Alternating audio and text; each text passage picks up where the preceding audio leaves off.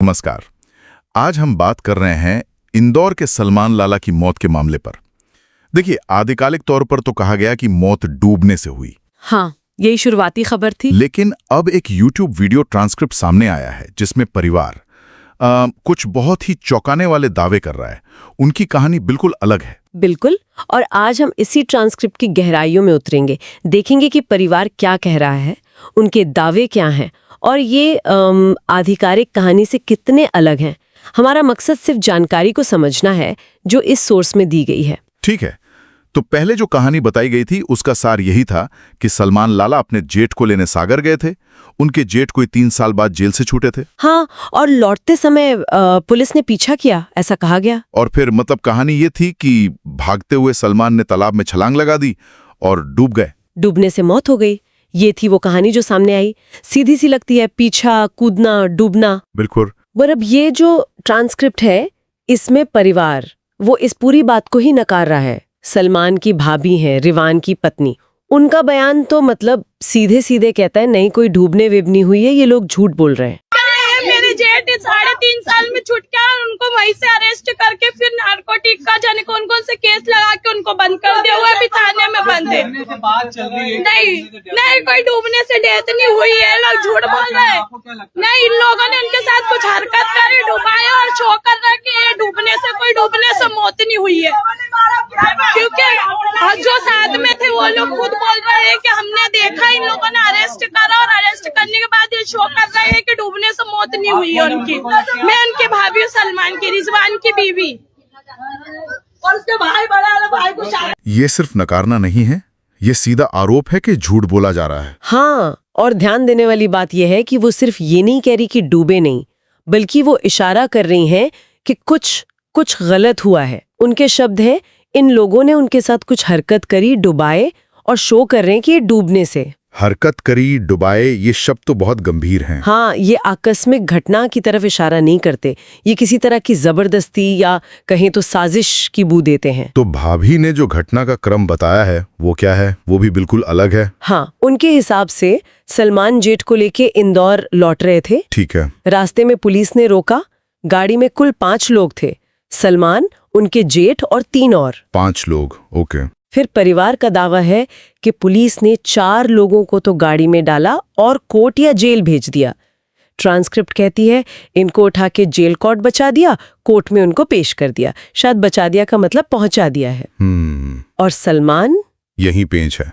परिवार कह रहा है कि सलमान को उन 4 के साथ नहीं रखा, उन्हें अलग ले जाया गया। सलमान को उठा के इधर लेके चले गए, उधर लेके चले गए, इधर लेके चले गए, उधर लेके चले गए। ये तो बहुत अस्पष्ट सी बात है। बिल्कुल। और यहीं से आधिकारिक कहानी और परिवार के दावे में जमीन आसमान का फर्क आ जाता है।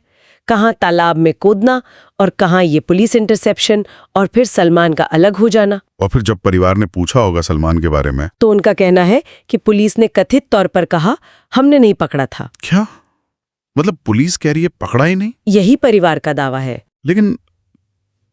लेकिन फिर परिवार का एक और दावा है जो इसे और उलझा देता है। भाभी कहती हैं जो साथ में थे वो लोग खुद बोल रहे हैं कि हमने देखा, इन लोगों ने अरेस्ट करा। हाँ, ये सबसे बड़ा विरोधाभास है। एक तरफ पुलिस का कथित इनकार, हमने नहीं पकड़ा, दूसरी तरफ परिवार का दावा, नहीं पकड़ा था और गवाह भी है, वो ही 4 लोग जो गाड़ी में थे। तो ये तो सीधा टकराव है। अगर गवाह थे तो पुलिस ने कथित तौर पे इनकार क्यों किया?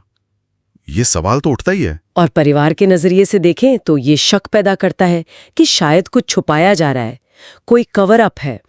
इस कहानी में एक और आवाज है, सलमान के चाचा जावेद की। वो थोड़ा अलग एंगल लाते हैं। वो घटना के विवरण से ज्यादा सलमान की पहचान और पुलिस के साथ उसके पुराने रिश्तों पर बात करते हैं। हाँ, वो कहते हैं सलमान बदमाश नहीं था, बल्कि वो तो एक सेलिब्रिटी था जिसे पूरा भारत जानता था। सेलिब्रिटी, ये थोड़ा अजीब नहीं? मतलब किस तरह की सेलिब्रिटी? शायद स्थानीय स्तर पर कोई पहचान होगी या किसी खास ग्रुप में, ये स्पष्ट नहीं है। पर उनका जोर इस बात पे है कि वो अपराधी नहीं था, बल्कि वो कहते हैं उसे बदमाश बनाया गया। और बनाया किसने? उनके मुताबिक इन लोगों ने बदमाश बनाया, पुलिस ने। ये बहुत बड़ा आरोप है। ये किसी एक घटना की बात नहीं, ये एक पैटर्न की तरफ इशारा है। हाँ, और वो इसे और खोलते हैं, कहते हैं कि सलमान को अक्सर मतलब बिना वजह ही किसी भी केस में फंसा देते थे। उनके शब्द हैं, भाई दिन बस उठा के उसको बंद कर देना, किसी भी केस में करे कौन भरे कौन उसका नाम आ जाता था, उसको उठा के बंद कर देना। ये तस्वीर खींचता है कि परिवार के अनुसार पुलिस उसे बार बार टारगेट करती थी। तो क्या ये कोई पुरानी रंजिश का मामला हो सकता है या हैरेसमेंट का? चाचा के दावे तो इसी तरफ इशारा कर रहे हैं। बिल्कुल। और उनका ये कहना कि वो सेलिब्रिटी था जिसे बदमाश बनाया गया, ये दिखाता है कि परिवार के मन में पुलिस को लेकर पहले से ही काफी अविश्वास था। ये सिर्फ इस मौत का मामला नहीं, ये एक लंबे इतिहास का हिस्सा लग रहा है उनके नजरिए से। चाचा ने ये भी बताया कि जब सलमान नहीं मिला तो वो रिपोर्ट लिखवाने भी गए थे। हाँ, उन्होंने कहा कल थाने में भी रिपोर्ट लिखाने गए कि साहब मेरा भतीजा मिसिंग है। उन्होंने ये भी पॉइंट आउट किया कि गाड़ी में 5 लोग थे, 4 को पुलिस ले आई, 1 गायब है। सीधा सवाल, रिपोर्ट लिखी गई? उनका कहना है कि उन्हें टरकाया गया। जब भगा रहा है बोले पुलिस थाने जाओ, फलाना जाओ, मतलब एक थाने से दूसरे थाने भेजा गया। अगर ये सच है तो ये परिवार के शक को और बढ़ाएगा कि उन्हें सहयोग नहीं मिल रहा। जाहिर है ये सब उनके इस नैरेटिव को मजबूत करता है कि कुछ तो गड़बड़ है। तो अगर हम इन सब बातों को जोड़ें, भाभी का डूबने से इनकार, गिरफ्तारी का दावा, सलमान को अलग ले जाना, गवाहों की बात, पुलिस का कथित इनकार, चाचा का पुराना पैटर्न बताने वाला आरोप, रिपोर्ट में आनाकानी, तो निचोड़ क्या है?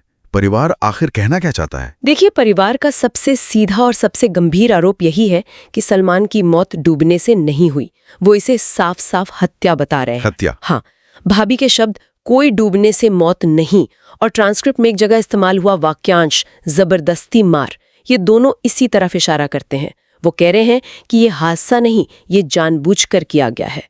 डूबने की कहानी सिर्फ एक पर्दा है। ये तो बहुत ही सनसनीखेज आरोप है। और इसमें एक और परत है, वो है सलमान के जेठ के बारे में जानकारी। हाँ, वही जेठ जिन्हें लेने सलमान गए थे, जो 3 साल बाद छूटे थे, उनका क्या? ये भी काफी चौंकाने वाला है। भाभी कहती है मेरे जेठ 3 साल में छूट के और उनको वहीं से अरेस्ट करके फिर नार्को को टीका जाने कौन कौन से केस लगा के उनको बंद कर दिया, अभी थाने में बंद है। मतलब जिस दिन वो रिहा हुए उसी दिन उन्हें फिर से गिरफ्तार कर लिया गया, नए केस में। हाँ, परिवार का यही दावा है। रिहाई के तुरंत बाद वहीं से दोबारा गिरफ्तारी और नए गंभीर आरोप। इसका क्या मतलब हो सकता है? क्या परिवार इन दोनों बातों में कोई कनेक्शन देख रहा है, सलमान की मौत और जेठ की फौरन गिरफ्तारी? ट्रांसक्रिप्ट सीधे तौर पे कनेक्शन नहीं बताती, लेकिन ये जानकारी पूरे माहौल को और ज्यादा पेचीदा बना देती है। सवाल उठता है कि क्या ये सिर्फ संयोग था या इन घटनाओं का आपस में कोई ताल्लुक है। परिवार जो पहले से शक कर रहा है, उसके लिए तो ये घटना उनके संदेह को और गहरा ही करेगी। बिल्कुल। ये पूरे मामले की पृष्ठभूमि को और उलझा देती है। तो देखिए, ये सब सुनने के बाद ये साफ करना बहुत जरूरी है कि हम यहाँ सिर्फ वही बातें रख रहे हैं जो इस YouTube वीडियो ट्रांसक्रिप्ट में परिवार ने कही हैं। हाँ, ये परिवार के आरोप है, उनका पक्ष है। हम इनकी सच्चाई की पुष्टि नहीं कर रहे हैं, ना ही खंडन। हमारा काम सिर्फ जानकारी को सामने लाना है। बिल्कुल, निष्पक्षता जरूरी है। एक तरफ आधिकारिक कहानी है डूबने की, दूसरी तरफ परिवार के ये बेहद गंभीर आरोप है, हत्या, साजिश, पुलिस पर सवाल। हमें दोनों पक्ष जैसे स्रोत में है श्रोता तक पहुंचाने हैं। तो कुल मिलाकर ये साफ है कि सलमान लाला की मौत का मामला बिल्कुल भी सीधा नहीं है। 2 एकदम अलग अलग कहानियां हैं। हाँ, एक कहानी है पुलिस का पीछा, तालाब में कूदना और डूबना, और दूसरी कहानी जो परिवार बता रहा है वो कहती है नहीं, ये डूबना नहीं, ये हत्या है। पुलिस ने गिरफ्तार किया, अलग किया, फिर इनकार किया, शायद सबूत भी मिटाए। और चाचा की बातें इसमें पुलिस द्वारा पहले से ही कथित तौर पर निशाना बनाए जाने का एक इतिहास भी जोड़ देती हैं। परिवार ने जो छोटी छोटी बातें बताई हैं, 5 लोग, 4 गिरफ्तार, सलमान अलग, पुलिस का इनकार, गवाह, ये सब मिलकर उनके पक्ष को एक शक्ल देते हैं। हाँ, ये सिर्फ हवाई बातें नहीं लगती, वो कुछ खास घटनाओं और विरोधाभासों का जिक्र कर रहे हैं अपनी बात रखने के लिए। भाभी घटना के क्रम पर फोकस कर रही हैं, चाचा एक बड़ा संदर्भ दे रहे हैं। तो इस सब का मतलब क्या है? ऐसी स्थिति बन जाती है जहां जानकारी का टकराव होता है, खासकर जब एक तरफ सिस्टम हो और दूसरी तरफ पीड़ित का परिवार, और दोनों बिल्कुल विपरीत बातें कह रहे हो। बिल्कुल, और फिर सच तक पहुंचना बहुत मुश्किल हो जाता है। हाँ, और ये हमें सोचने पर मजबूर करता है।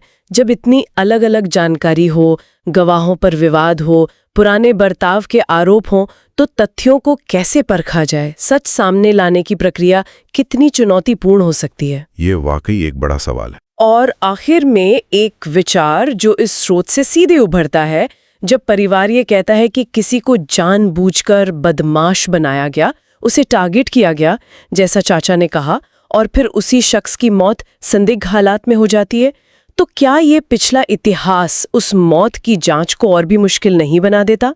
ये सवाल सिर्फ इस केस का नहीं, बल्कि शायद सिस्टम और व्यक्ति के बीच के तनाव की संभावनाओं पर भी सोचने को कहता है, जैसा इस स्रोत में परिवार के नजरिए से नजर आता है।